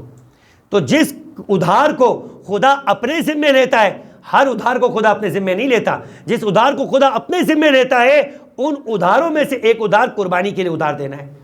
لہٰذا عزیزان محترم، اب اسی طریقے سے جس طرح جانور کو خریدا جاتا ہے، اسی طرح سے اس دور میں جنگوں کے اندر گرفتار کیے جانے والے مردوں کی بھی اور عورتوں کی بھی منڈی لگا کرتی تھی، یعنی مرد و عورتوں کو جو گرفتار کیا تھا جنگوں میں انہیں بازاروں میں بیچا جاتا تھا. مرد کو غلام بولا جاتا تھا، خواتین کو کنیز بولا جاتا تھا. تو ایک فرد گیا مسلمانوں میں سے جو غلام خریدنے گیا بازار کے اندر. اچھا غلام ہر ایک برابر نہیں ہوتے، جیسا جانور جو خریدے جاتے وہ ہر ایک برابر تو نہیں ہوتے. جیسا غلام، جیسا قربانی، جیسا جانور ویسے اس کے ریٹ ہوتے. تو غلام کے اندر بھی دیکھا جاتا ہے کہ کمزور ہے یا طاقتور، اسی طرح سے اسکلڈ ہے یا ان اسکلڈ ہے، اور اسی اعتبار سے اس کے ریٹ لگا کرتے ہیں. اس نے اپنی مرضی کا بہترین طریقے سے غلام چوز کیا اور ایک مرتبہ پیمنٹ دی اور غلام لے کر اپنے گھر کی طرف آیا. راستے میں اس نے 3 سوالات کیے. پہلا سوال یہ کیا کہ مجھے نہیں معلوم، تم جس بھی علاقے سے آئے ہو ہر علاقے کی الگ الگ غذا ہوتی. آپ نے یہاں بھی دیکھا ہوگا ہر جگہ کی الگ الگ غذا ہوتی. ان گنت قسم کی دنیا میں اقوام ہے اور ان گنت قسم کی اس کی غذا ہے. ہر غذا دوسرے فرد کو سوٹ بھی نہیں کرتی. وہاں کے رہنے والا شوق سے کھاتا ہوگا، ہو سکتا ہے کہ آپ اس کی بو بھی پسند نہ کرتے ہو. تو لہٰذا کہا کہ تم کیا کھانا پسند کرتے ہو تاکہ میں ویسا تمہارے لیے کھانے کا بندوبست کروں. تمہیں تمہارے مزاج اور عادت کے مطابق کھانا ملے گا تو تم بہترین طریقے سے میرے لیے کام بھی کر پاؤ گے اور اپنی انرجیز کو میرے لیے جو ہے پٹ اپ کرو گے. بس غلام کیا کہنے لگا، آپ آقا ہے میں غلام، آپ آقا ہو میں غلام. غلاموں کا اختیار نہیں ہوتا کہ وہ اپنی خواہش کا اظہار کرے. جو آقا بتا دے، جو آقا دے دے، غلام وہی کھاتا ہوا نظر آتا ہے. حیرت میں آ گیا، اتنا تابعدار غلام. کچھ اور آگے جانے کے بعد کہا اچھا میں دوسرا سوال کرنا چاہتا ہوں، یہ بتاؤ کہ تم کس طرح کا لباس پہننا پسند کرتے ہو. لباسوں میں بھی لوگوں کی الگ الگ مزاج ہے. کوئی پینٹ شرٹ پہنتا ہے، کوئی شلوار قمیض پہنتا ہے، کوئی جبہ یا عبا پہنتا ہے، حتیٰ کہ شلوار قمیض کے اندر بھی کوئی پاجامہ پہنتا ہے، کوئی شلوار پہنتا ہے. کسی کو کسی کا لباس پہنا دے وہ کچھ دیر کے لیے برداشت کر لے گا، مگر تھوڑی دیر کے بعد کہے گا کہ بس ٹھیک ہے عید ہو گئی، شلوار قمیض پہن لیا، اب مجھے اس سے زیادہ نہیں پہنا جاتا. اور جو پینٹ شرٹ پہننے کا عادی نہیں ہے آپ اسے پینٹ شرٹ پہنا دے تو وہ کہے گا بھائی اتنی دیر تک کی قید تو سمجھ میں آتی، اس سے زیادہ نہیں. شادی ہے تم نے پہنا دیا مجھے پینٹ کوٹ، مگر بس ختم، اب اس سے اوپر میرے سے برداشت نہیں ہوتا، آئندہ یہ تقاضا نہیں کرنا. تو اپنے اپنے مزاج کا لباس ہوتا ہے. تو کہا تم کس طرح کا لباس پہننا پسند کرتے ہو، جیسا لباس تم بتاؤ گے ویسا تمہارے لیے مہیا کر دیا جائے گا، اویلیبل کر دیا جائے گا، تاکہ تم کمفرٹ زون کے اندر آ کر میرے لیے کام کرو. تو کہنے لگا کہ میں غلام ہوں، آپ آقا ہے. غلامی کا تقاضا ہے کہ جیسا مالک لباس پہنائے اپنے آپ کو ویسا ایڈجسٹ کر لے. غلام کی اپنی کوئی مرضی نہیں ہوا کرتی. مزید حیرت میں آ گیا. گھر قریب تھا. کا تیسرا سوال کرنا چاہتا ہوں، اتنا بتاؤ کہ تم کس طرح کے بستر پہ سونا پسند کرتے ہو. اب جو لوگ 40 کر چکے ہیں انہیں معلوم ہے کہ سفر اگرچہ کہ عشق امام حسین کا ہوتا ہے، لیکن بالآخر جب انسان جاتا ہے، ہمیں یاد ہے کہ ایک مرتبہ ایک سفر کے اندر ہمارے ساتھ بہت سارے لوگ 40 پہ چل رہے تھے، تو ایک فرد نے باقاعدہ فون کیا کہ قبلہ ہم فلاں موقف کے اندر ہے مگر یہاں کوئی بیڈ نہیں لگا ہوا. تو وہاں بیڈ تو نہیں ہوتا، بس اللہ کی زمین ہوتی ہے، اوپر صاحبہ مل جائے آپ کو بڑی بات ہے، بس اگر بیڈ کے نام پہ دری مل جائے تو آپ کی خوش قسمتی ہے، ورنہ سڑک پہ بھی سونا پڑتا ہے، خاک کو بھی اپنا بستر بنانا پڑتا ہے. تو لہٰذا سونے آئے یا نہ آئے رات تو گزارنا پڑتی ہے. لیکن ایسا کتنے دن آپ کر لیتے؟ 3 دن کر لیتے. کوئی بصرہ سے چلا تو 12 دن کر لیتے. سارا دن، ساری دنیا، ساری زندگی تو ایسا نہیں کر سکتا انسان. بس جیسا بیڈ چاہیے ویسا بیڈ ڈھونڈتا ہے وہ. کہا تم کس طرح کے بیڈ کے اوپر سونا پسند کرتے ہو؟ جو زمین پہ سونا پسند کرتا ہے اس کو گدے پہ سلا دے، ساری رات تڑپتا رہے گا، اسے نیند نہیں آئے گی. اور جو گدے پہ سوتا ہے اس کو زمین پہ سلا دے تو وہ بھی کروٹیں بدلتے رہے گا، تکیے بدلتا رہے گا. مسئلہ تکیے کا نہیں، مسئلہ بستر کا ہوگا. تو لہٰذا ایک مرتبہ کہا تم کس طرح کے بستر پہ سونا پسند کرتے ہو؟ وہی جواب کہ میں غلام ہوں، جس طرح سے آپ سلائیں گے ویسے سونے کا اپنے آپ کو عادی بنا لوں گا. غلاموں کی کوئی خواہش نہیں ہوا کرتی. گھر کا دروازہ آ گیا، رونے لگا. گھر کے دروازے کو دستک دی، گھر والوں نے دیکھا، کہا رو رہے ہو؟ خدا نہ خواستہ دھوکہ ہو گیا. جو خرید کر آئے تھے، جو سوچ رہے تھے اس کے علاوہ کچھ اور نکل آیا. راستے میں پول کھل گیا کہ بھئی غلطی ہو گئی، غلط چیز خرید کے آ گئے. جیسے میں نے آپ سے کہا قربانی یہ بھی ہوتا ہے کہ راستے میں جا کے پتہ چلا سینگ پکڑ کے لا رہے تھے، سینگ ہاتھ میں آ گیا اور یہ سینگ تو الفی سے جڑا ہوا تھا. تو ایسا کوئی غلام کے ساتھ گڑبڑ ہو گئی. کہنے لگا نہیں، جیسا خرید کر آیا تھا اس سے بڑھ کر غلام پایا ہے. لیکن 3 سوال میں نے اس سے کیے، اس نے تینوں کے سوالات کے جواب ایک دیے اور کہا کہ میں غلام ہوں، آپ آقا ہو. جو آپ کھلاؤ گے وہ میں کھا لوں گا، جو آپ پہناؤ گے وہ میں پہن لوں گا، جہاں آپ سلاؤ گے میں سو جاؤں گا۔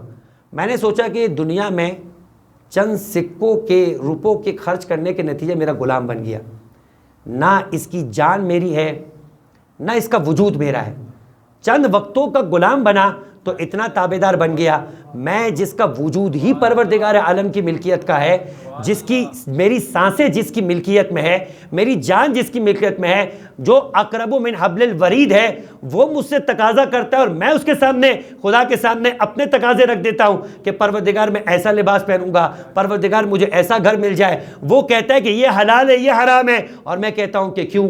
میں کہتا ہوں کہ یوں کیوں نہیں ہو سکتا؟ ایسا ہونے کے اندر کیا ہے؟ کہا یہ دنیا کا غلام ہو کر اتنا سینس رکھتا ہے، میں اس خدا کا حقیقی غلام ہو کر اس طرح کا سینس نہیں رکھتا۔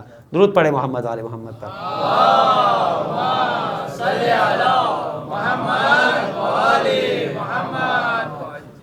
تو عزیزان محترم، پروردگار عالم انسان کے ساتھ بندگی کا معاملہ رکھنا چاہتا ہے۔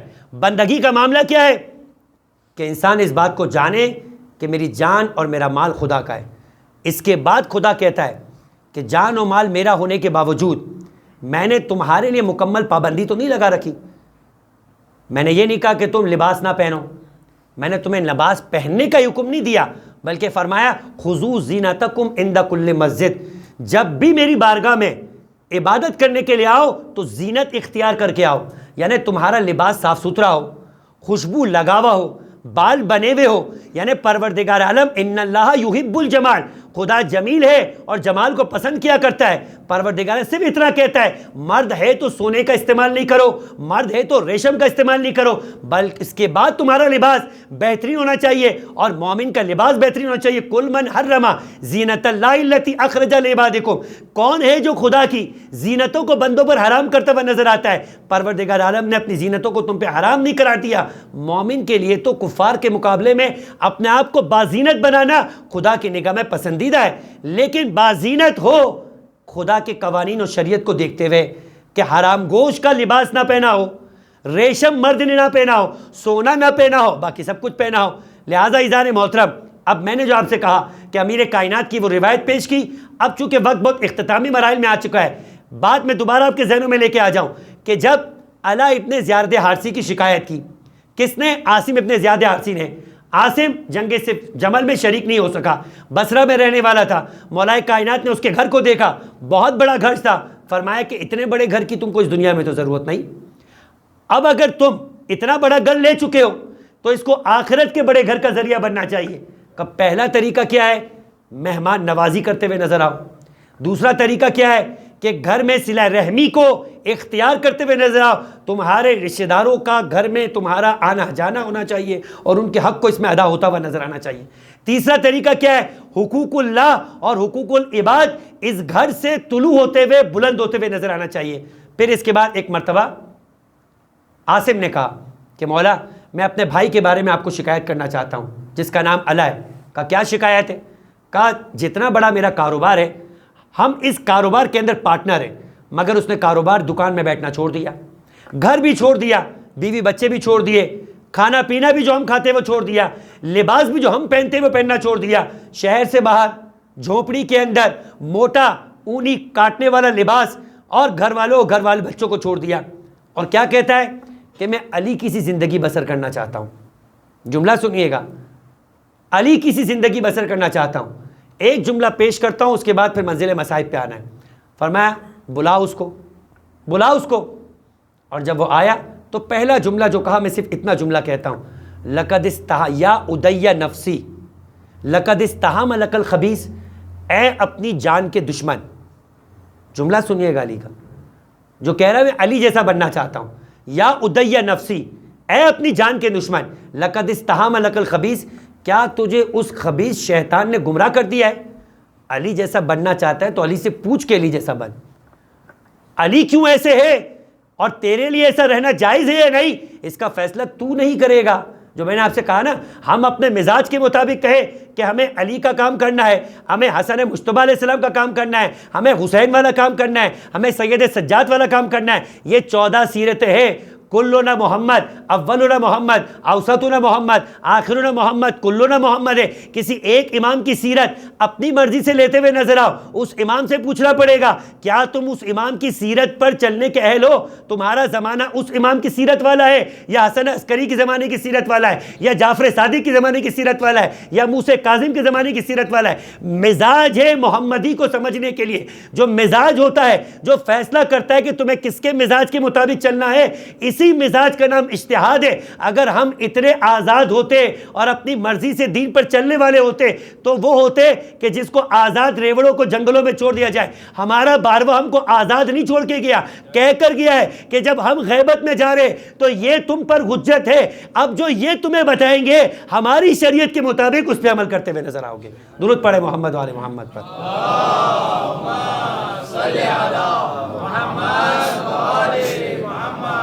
عزیزان محترم، اس گفتگو کو انشاءاللہ کل کے روز مزید بڑھایا جائے گا۔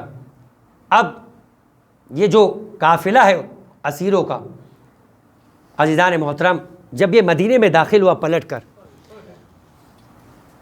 تو مدینے میں داخل نہیں ہوا، مدینے سے باہر جا کر رک گیا۔ اور اس قافلے کو یزید نے جسے مقرر کیا تھا مدینے پہنچانے کے لیے، اس کا نام تھا بشیر ابن جزلم۔ بشیر کہتا ہے کہ مجھے سید سجاد نے کہا، بشیر میں نے سنا ہے کہ تمہارے والد محترم مرثیہ پڑھا کرتے تھے، تم کو بھی مرثیہ پڑھنا آتا ہے؟ کہا مولا میں بھی مرثیہ پڑھ لیتا ہوں۔ کہا مدینے میں جاؤ، قبر رسول کے پاس مدینے والوں کو جمع کرو اور انہیں خبر دو کہ حسین کربلا میں مارے گئے۔ بشیر گئے اور جانے کے بعد ایک مرتبہ مدینے میں مسجد نبوی کے پاس گئے اور کہنے لگے یا اہل یثرب لا مقام لکم قد قتل الحسین بکربلا، اے مدینے والو اب مدینہ رہنے کی جگہ نہیں رہی، تم اس مدینے میں کیسے رہو گے جب جان مدینہ کربلا کے اندر مار دیا گیا؟ نہ عباس رہے، نہ اکبر رہے، نہ قاسم رہے، نہ اور نہ محمد رہے، ان سب کے سردار حسین بھی کربلا میں مارے گئے۔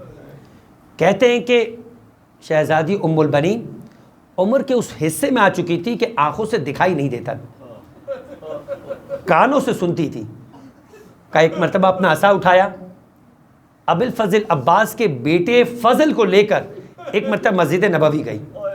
کہا بشیر تو نے کچھ کہا ہے، تو نے کہا ہے کہ حسین مارا گیا، یہ کون سا حسین ہے کہ جس کی تو بات کر رہا ہے؟ کہنے لگا میں حسین ابن علی کی بات کر رہا ہوں۔ کہا بشیر تو غلط کہہ رہا ہے، حسین ابن علی کیسے مارا جا سکتا ہے؟ جب تک عباس زندہ ہو تو کوئی حسین کی جانب بڑھ سکتا ہے؟ تو بس ایک مرتبہ کہنے لگا کہ بی بی عباس بھی مارے گئے۔ کہا او بشیر تو نہیں جانتا کہ عباس کس کا نام ہے، عباس میرا بیٹا ہے، کوئی کیسے عباس کو مار سکتا تھا؟ کہا بی بی عباس کے سر پہ گرز لگا، عباس زمین پہ گرے اور زمین پہ گرنے کے بعد عباس کی شہادت ہو گئی۔ کہا کہ بشیر تو نہیں جانتا کہ عباس میرا بیٹا ہے، کوئی عباس کے سر تک پہنچ جائے یہ ممکن نہیں ہے۔ کہا کہ بی بی اپنے ہاتھوں کو جوڑ کر مجھے نہیں معلوم ہے، آپ عباس کی مادر ہے، عباس کی والدہ ہے، اب سنیے کہ کربلا میں کیا ہوا۔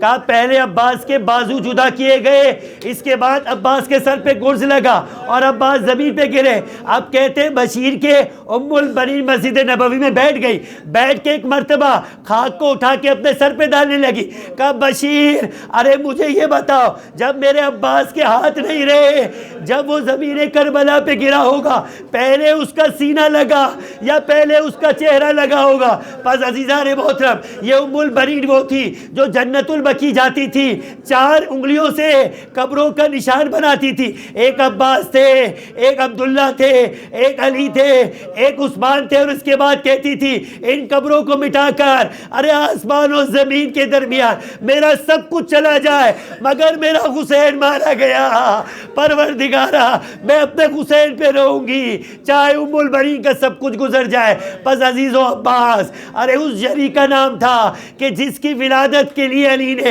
ام البنین سے شادی کی تھی، اور ایک بار جب شب عاشورا آئی نا تو کہتے زہیر ابن قین عبداللہ بن جعفر طیار کے بیٹے کے پاس گئے اور جا کر عبداللہ سے کہا اپنا علم دو گے؟ کہا کیوں چچا کچھ مجھ سے خطا ہو گئی؟ کہا نہیں کچھ دیر کے لیے لیے ادھار دے دو، میں آ کر واپس کروں گا۔ علم لے کر چلے وہاں جہاں پہ ابو الفضل عباس کھڑے تھے، اور قریب جا کر کہا عباس میں تمہیں ایک واقعہ سنانا چاہتا ہوں۔ کہ چچا یہ واقعہ سننے کا وقت تو نہیں ہے، مگر آپ مستند روایت سناتے ہیں، آپ سے سن لوں گا۔ کہا جانتے ہو کہ علی نے تمہارے چچا عقیل ابن ابی طالب سے کہا تھا مجھے عرب کا کوئی ایسا قبیلہ بتاؤ جس کی خاتون سے شادی کرنے کے بعد مجھے خدا ایسا بیٹا نصیب کرے جو کربلا میں میرا حسانی ہو، کربلا میں میرا مثل ہو۔ بس عباس تم حسین کے علی کی تمنا ہو، کل ایسی جنگ کرنی ہے کہ علی کی خواہش پوری ہو جائے۔ کہا علی کے شیر بیٹے نے ایک مرتبہ انگڑائی لی اور رکابوں پہ زور دیا اور کہا کہ زہیر کل میرے مولا سے مجھے اجازت دلوا دینا، پھر دیکھنا کہ میرے بابا کی کتنی زیادہ خواہش کا میں احترام کرتا ہوں، بس کل کا دن آتا ہے عزیزو۔ اور پھر اس کے بعد ایک بار بڑھتے ہوئے عباس جاتے اور کہتے ہیں کہ حسین سے آقا اب تو جنگ کا اعلان ہو چکا ہے، اجازت ہے کہ میں حملہ کروں؟ کہا نہیں۔ حسین نے کہا تم میری فوج کے علمدار ہو، اگر تم چلے گئے تو میری فوج کا کیا ہوگا؟ بس ایک مرتبہ ارے حبیب بوڑھے حبیب کا لاشا آیا، مسلم ابن حسجہ کا لاشا آیا، حابس ابن شبیب شاکری کا لاشا آیا۔ عباس آگے بڑھ کر کہتے تھے یہ آپ کے بوڑھے اصحاب ہیں، ارے یہ جا کر لڑیں گے اور ان کے لاشیں آئیں گے، یہ میرے لیے شرمندگی کا باعث ہے، آپ مجھے اجازت دیجئے تاکہ میں جا کر لڑوں۔ کہا نہیں عباس تم میری فوج کے علمدار ہو۔ اب ظہر کے بعد نہ جانے کس کا لاشا آیا، عباس ایک مرتبہ پھر دوڑتے ہوئے گئے۔ کہا مولا یہ دل سینے میں تنگ ہو رہا ہے، اب اپنے ہاتھوں کے پالوں کے لاشیں عباس اٹھا کر مقتل میں لا رہا ہے، اجازت دیجئے، مگر اجازت نہ ملی۔ کہتے کہ ایک مرتبہ جب سر کو جھکائے ہوئے خیمے سے نکلے نا تو ایک بچی 4 سال کی نظر آئی، ایک خشک سی مشکیزہ لے کر کہنے لگی انتا حیون و نحن عطشان، چچا آپ زندہ ہے اور ہم بچے پیاسے، کیا ممکن نہیں ہے کہیں سے کچھ پانی کی سبیل ہو جائے؟ بس اتنا سننا تھا۔ بچی کو گود میں اٹھایا، مشک کو کندھے پہ رکھا اور چلے حسین کے خیمے کی جانب۔ اب جو بڑھے نا تو دور سے آتے ہوئے دیکھ کر حسین نے 2 جملے کہے، عباس جاؤ تمہیں اجازت ہے، جا کر بچوں کے لیے پانی کی سبیل کرو۔ اور پھر ایک جملہ سکینہ سے کہا اے سکینہ آج چچا کو اجازت دلانے آ رہی ہے، کل چچا بڑا یاد آئے گا، مگر عباس جاؤ جا کر پہلے اپنی آقا زادی شہزادی زینب سے اجازت لے آؤ۔ حسین کے ارے اس بہادر جری کے لیے بڑا مشکل تھا کہ زینب سے جا کر اجازت لے۔ مقتل لکھتا ہے ایک مرتبہ اپنے قدموں کو احتیاط سے چلا کر خیمہ شہزادی کے باہر کھڑے ہو کر کہا کہ شہزادی بنت رسول مجھے اجازت دیجئے، آقا نے اجازت دی ہے، اب میں مقتل کی جانب جا رہا ہوں، میدان کی جانب روا ہو رہا ہوں۔ کہا عباس اندر آ جاؤ، آخری رخصت کے لیے ہم سے مل کر جاؤ۔ ایک مرتبہ جب ابو الفضل عباس خیمہ ہے عقیلہ بنی ہاشم میں داخل ہوئے، اپنے ہاتھوں کو عباس کی باہوں میں ڈال کر کہا عباس بس ایک آخری بات سن کر جاؤ، زینب جب کوفے میں آئی تھی علی نے ایک مرتبہ کہا تھا آج جس شہر میں شہزادی بنا کے لائی جا رہی ہو اسی شہر میں قیدی بنا کے لائی جاؤ گی۔ کہنے والا علی تھا، ارے صادق امام تھا، زینب شک کیسے کرتی، مگر سوچتی ضرور تھی جس کے 18 بھائی ہو، ان بھائیوں میں ایک عباس ہو، اس کے ہاتھوں میں رسن کون باندھے گا، اس کو بے ردا کون کرے گا، اسے شہر با شہر قیدی بنا کر کون لے جائے گا۔ مگر اب عباس زینب کو یقین آ گیا، اے بیویوں سنو، جن چادروں کی ضمانت زینب نے تم سے لی تھی اب زینب اس کی ضمانت تم کو واپس کرتی ہے۔ عباس گئے، میدان میں پہنچے، فرات پہ قبضہ کیا، مشک میں پانی بھرا، پانی کو ہاتھ میں لیا، مجانے عباس کو سکینہ کی تصویر نظر آئے، پانی کو فرات میں پھینک کر بتایا قبضہ کر لیا ہے، جب تک حسین کے بچے پیاسے عباس پانی نہیں پیے گا۔ عباس کیا، عباس کے رہوار نے بھی پانی نہیں پیا۔ اب عباس ترائی سے نکلے، ایک مرتبہ لڑتے لڑتے عباس کا دایاں بازو ارے قطع ہوا۔ عزیزو ایک بات سنو گے، سکینہ کہاں تھی؟ بچوں کے ساتھ خیمے کے باہر کھڑی تھی۔ جیسے جیسے علم بڑھ رہا تھا، اب جب علم جھکانا تو بچوں نے پوچھا علم کہاں غائب ہو گیا؟ کہا میرا چچا فرات میں اترا ہے، پانی پانی بھر کے آ رہا ہے. اب جب علم فرات سے باہر آیا, علم بلند ہوا, کہا بچوں خوشی مناؤ میرا چچا پانی لا رہا ہے. اب جب علم دائیں جانب جھکا, ایک بار کوزوں کو زمین پہ رکھا, کہا بچوں اپنے ہاتھوں کو بلند کرو اور دعا کرو میرے چچا کی خیر ہو. اب جو علم دوسری بار جھکا, عباس نے اپنے کٹے بازوؤں سے علم کو سنبھالا, مشق سکینہ کو سینے سے لگایا, آنے والے تیروں کو عباس اپنے جسموں پہ لے رہے تھے. ایک بار ارملا کہتا ہے کہ جب مختار نے پکڑا کہ ارملا تیرے تیر کا کام ہے, کہا جب میں نے ابو الفضل عباس کو دیکھا, ارے ہاتھ جسم پر نہیں ہے مگر ہمت کم نہیں ہو رہی, عباس بڑھے جا رہے. عمر ابن سعد نے کہا ارملا اب تیری باری ہے, ایسا تیر استعمال کر, عباس کی امید بھیجا ہے. ارملا نے کہا میں نے تیر جوڑا, دیکھا کہ مشق سکینہ عباس کے کٹے بازوؤں کے درمیان ہے, اپنا تیر روانہ کیا, تیر نے مشق سکینہ چھیدا. ارے یہ مشق سکینہ نہیں, عباس کی امید بہ گئی. عباس ایک مرتبہ اپنے رہوار کا رخ دوبارہ فرات کی طرف موڑتے کہ اے میرے اسپِ با وفا, اب مجھے خیمے میں نہ لے جانا, میں اپنی سکینہ سے شرمندہ ہوں. یہاں ایک تیر آیا, ابو الفضل عباس کے آنکھوں میں لگا, اور ایک مرتبہ ایک راوی کہتا ہے کہ جب ابو الفضل عباس کے مصائب کا یہ حصہ آیا نا کہ عباس کی آنکھوں میں تیر لگا, ایک عالم نے جا کر کہا یہ روایت تم نے کہاں پڑھی ہے؟ کوئی ایسی روایت نہیں ملتی. خواب میں رات کو ایک مرتبہ عباس ہے, کہا ذاکر نے سچ پڑھا ہے. عباس نے کہا میری ایک آنکھ میں تیر تھا, ایک آنکھ میں خون تھا, میں نے دونوں گھٹنوں سے تیر کو اپنے سنبھال کے آنکھوں سے نکالنا چاہا, سر پہ گرز لگا. عباس کی آواز بلند ہوئی, ارے آقا میرا آخری سلام قبول کرے. وہ حسین جو خیمے کے باہر تھے ایک بار اٹھنا چاہتے تھے, کھڑے نہ ہو سکے. آواز بلند ہوئی, الان انکسر ظہری, عباس تم نہ گئے, ارے میری کمر شکستہ ہو گئی. ایک بار حسین نے اپنے آپ کو سنبھالا. راوی لکھتا ہے کہ جیسے ہی عباس زمین پہ گرے نا, فوج اشکیا نے عباس کو گھیر لیا. جس کے ہاتھ میں جو تھا اس نے عباس کو مارنا شروع کیا. کہتے ہیں ارے سید مہدی بیرولوم, کسی مزدور نے جب قبر عباس کو صحیح کرنا تھا آ کر کہا مولا میں نے تو سنا ہے عباس بڑے دراز قد تھے مگر قبر تو ایک بچے جتنی ہے. سید مہدی نے اپنا امامہ زمین پر پھیر کے کہا ارے میں کیا بتاؤں, جب دشمنوں نے حملہ کیا بازو کے کاٹنے کے بعد ارے پیر بھی کاٹ دیے, جسم کی جگہ جگہ پہ تلواریں اتری. 2 لاشیں تھے جسے سید سجاد نے چٹائی میں ڈال کے قبر میں اتارا تھا.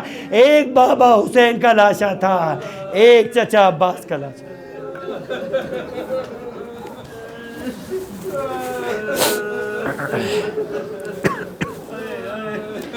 الا ولعنۃ اللہ علی قوم الظالمین وسیعلم الذین ظلموا ای منقلب ینقلبون.